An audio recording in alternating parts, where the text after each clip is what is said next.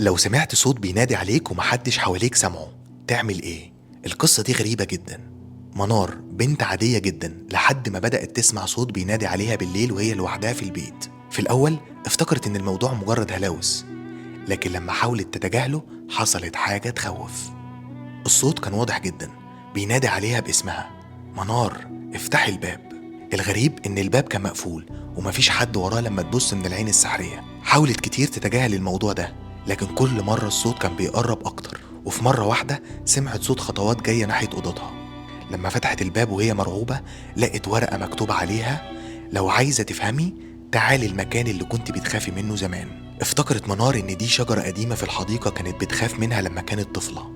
لما وصلت هناك لقت صندوق قديم مدفون تحتها.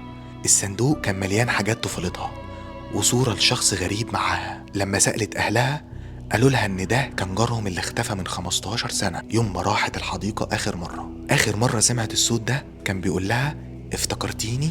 حقيقي افتكرتيني؟ وبعدها الصوت اختفى للأبد. تفتكر الصوت ده كان عايز يوصلها لإيه؟